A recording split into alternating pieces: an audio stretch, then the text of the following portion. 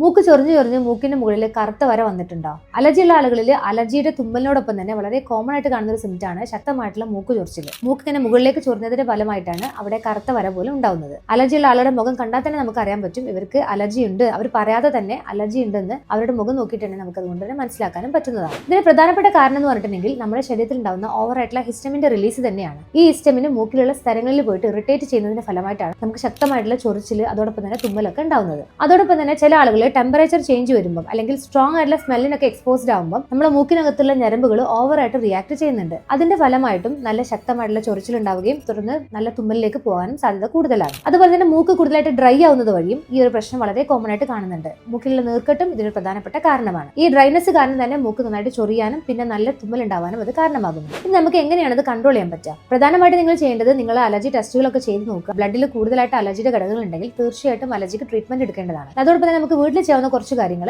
ചെറിയ ചൂടുള്ള വെള്ളത്തിൽ ഉപ്പിട്ടിട്ട് രാവിലെയും വൈകുന്നേരം കഴുകുന്നത് വഴി നമുക്ക് ഇതിനൊരു നല്ല രീതിയിൽ ഈ ഒരു ടെൻഡൻസി കുറയ്ക്കാൻ പറ്റുന്നതാണ്. AC ഹ്യൂമിഡിഫയർ ഒക്കെ യൂസ് ചെയ്യുക. ഇനി അതൊന്നും പറ്റില്ലെങ്കിൽ തന്നെ ചെറിയൊരു ബൗളിൽ വെള്ളം തുറന്നു വെക്കുന്നത് വഴി തന്നെ നമുക്ക് നല്ല രീതിയിൽ ഹ്യൂമിഡിറ്റി മെയിൻറ്റെയിൻ ചെയ്യാൻ പറ്റും. അതോടൊപ്പം തന്നെ ഈ ഒരു ഡ്രൈനസും ചൊറിച്ചിലൊക്കെ നല്ല രീതിയിൽ നമുക്ക് കൺട്രോൾ ചെയ്യാൻ പറ്റുന്നതാണ്. ഭക്ഷണം നല്ല രീതിയിൽ ശ്രദ്ധിക്കേണ്ടതാണ്. വിറ്റാമിൻ C അടങ്ങിയിട്ടുള്ള ഭക്ഷണങ്ങൾ, പ്രധാനമായിട്ടും നെല്ലിക്ക, അതുപോലെ തന്നെ സിട്രസ് ഫ്രൂട്ട്സുകളായിട്ടുള്ള ഓറഞ്ച്, മുസംബി, അതുപോലെ പേരക്ക ഒക്കെ നന്നായിട്ട് കഴിക്കാൻ ശ്രമിക്കുക. സിങ്കും omega-3 ഫാറ്റി ആസിഡ്സ് അടങ്ങിയുള്ള വാൾനട്ട്, ചിയ സീഡ്സ് ഒക്കെ കഴിക്കുന്നത് വഴി നമുക്ക് മൂക്കിലുള്ള ഇൻഫ്ലമേഷൻ നല്ല രീതിയിൽ കൺട്രോൾ ചെയ്യാൻ പറ്റുന്നതാണ്. അതോടൊപ്പം തന്നെ പ്രോപ്പർ ആയിട്ടുള്ള അലർജി ട്രീറ്റ്മെന്റും ചെയ്യുന്നത് വഴി അലർജിയുടെ ഭാഗമായിട്ടുണ്ടാകുന്ന ചൊറിച്ചിൽ നല്ല രീതിയിൽ കുറയ്ക്കാൻ പറ്റും. അതോടൊപ്പം തന്നെ തുമ്മലും നമുക്ക് നല്ല രീതിയിൽ കൺട്രോൾ ചെയ്യാൻ പറ്റുന്നതാണ്. നിങ്ങൾക്കും അലർജിയോടൊപ്പം തന്നെ ഈ മൂക്ക് ചൊറിച്ചിൽ അനുഭവപ്പെടാറുണ്ടോ? എന്നാൽ താഴെ കമന്റ് ചെയ്യൂ.